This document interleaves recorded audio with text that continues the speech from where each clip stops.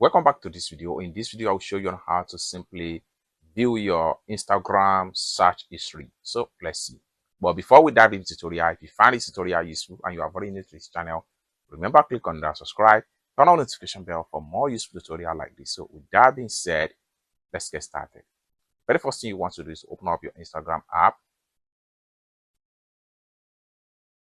Then the next thing you need to do is to simply click on your profile icon right here. The next thing you need to do is to click on your Instagram handle.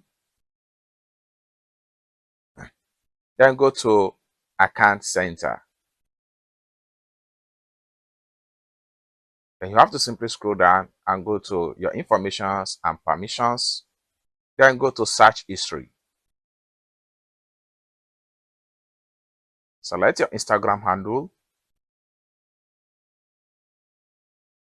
and you will be taken right here. So you can click on Sort. So right here, you can sort by the oldest or the newest search history on your Instagram. It's as simple as that. I hope you really got value for this video. If you find this video useful, give this video a big like, and also remember to subscribe to the channel for more useful tutorials like this. Thank you so much for watching, and I hope to see you in my next video. Bye for now.